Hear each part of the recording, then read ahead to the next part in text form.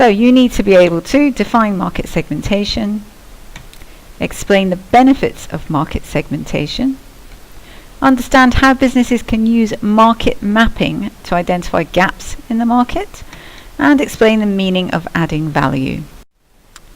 So some products are targeted at the mass market, as you know, where they sell more or less one product to all consumers, regardless of their characteristics.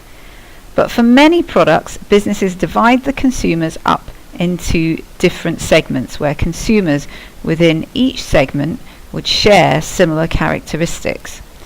So how can we define market segment? Well, a market segment is a part of the market that contains a group of buyers with similar characteristics, habits, and buying preferences. So make sure you've got that definition down in your notes, please, and then move on. So businesses can segment their markets in a range of ways, and here are some examples on the screen. They can use demographic segmentation, they can segment by income group, they can use geographic segmentation, and they can use behavioral segmentation. And I'll show you some examples of each one of those now.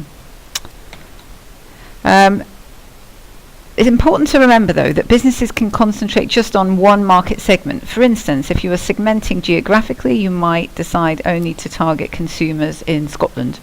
However, you may actually produce different products for different segments of the market. So perhaps if you're segmenting by income group and you're a grocer, you might create basic items like Tesco Basics for low income groups, and you might create more sophisticated, higher quality items like Tesco Finest for higher income groups. So let's take a look at each one of these in a little bit more detail. So first of all, here's an example of demographic segmentation in the leisure industry based on age and also on family lifestyle. So we've got Club 1830 here for young single people. We've got Shearing's Coach Holidays, perhaps targeting retirees. And we've got Centre Parks, short breaks probably for, I don't know, people in their 30s and 40s with young children. So that's a nice example there of demographic segmentation. Here's an example of how the grocery market is segmented by income.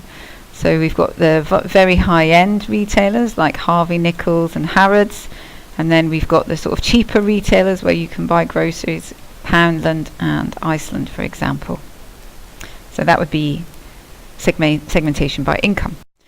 Here's another example. This is market segmentation based on behavioral characteristics. So in this case, consumers are segmented based on the benefits they're seeking from the sportswear or the leisure wear that they buy. And lastly, here's an example of geographic segmentation in the fast food market.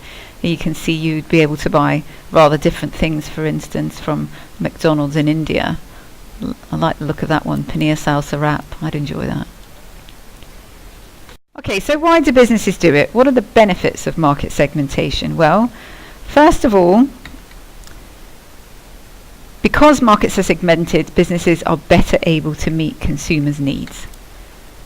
Large firms might increase the product range and target different consumers with different products marketed to them in different ways. And small firms might decide just to focus on one market segment and really specialize in providing products and services that perfectly meet those individuals' needs.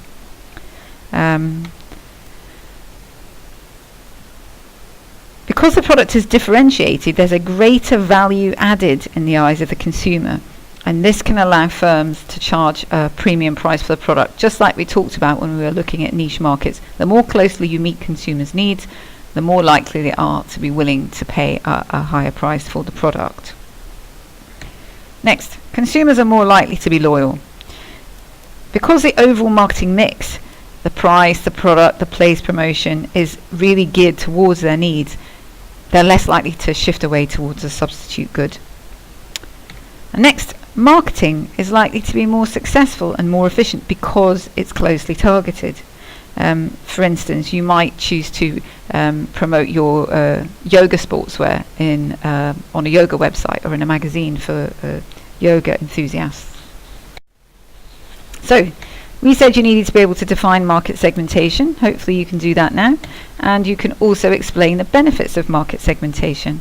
Now we're going to take a look at market mapping and how businesses can use that. And we'll look at that later.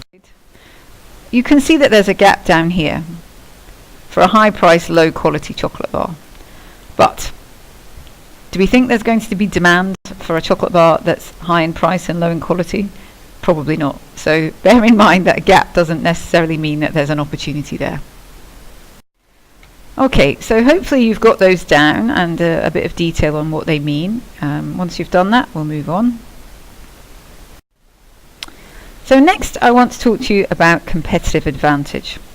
Where markets are very crowded, and if you drew a market map, you would see that it was very crowded with lots of brands. It's really, really important that businesses have some kind of advantage over competitors if they're to succeed. And there are many potential sources of competitive advantage.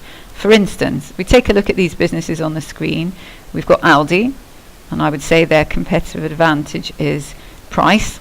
They manage to maintain low costs, and so they can compete on price. We've got another brand here, BMW, and they compete on quality. We've also got convenience as a source of competitive advantage. Starbucks, for instance, allows consumers to download an app on their phone, order in advance, and pick up their coffee really quickly. And that convenience gives them a source of competitive advantage over some other coffee shops in the market. Another source of competitive advantage is innovation. So, for instance, Dyson here has been very effective at innovating their products, making them more advanced than the competition, and that gives them a source of competitive advantage. And lastly, we've got brand. And Burberry here has a very strong brand image in the fashion market, and that separates them, differentiates them from competitors, and is a source of competitive advantage. So hopefully you've got that down now. We've got potential sources of competitive advantage being maybe price, quality, convenience, innovation, and potentially brand.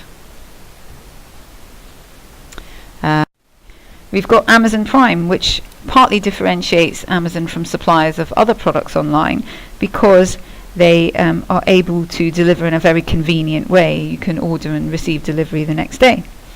We've got luxury brands such as Gucci, who differentiate themselves based on quality and the strength of their brand. Oops, well, I lost my picture on here. There we are. So Porter argued very strongly that firms must choose between one thing and the other. He argued that businesses must not get stuck in the middle here. They must not try to be low cost and compete on price, and at the same time try to differentiate themselves based on quality or brand or convenience, etc. He said it's impossible to do both well. You'll end up stuck in the middle and you will get nowhere. So he argued that you must choose as a business whether you're going to compete on cost or you're going to compete on differentiation.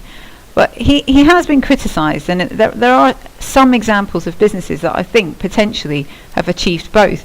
And a really good example, I think, is IKEA. As many people would argue that IKEA is actually a low-cost producer.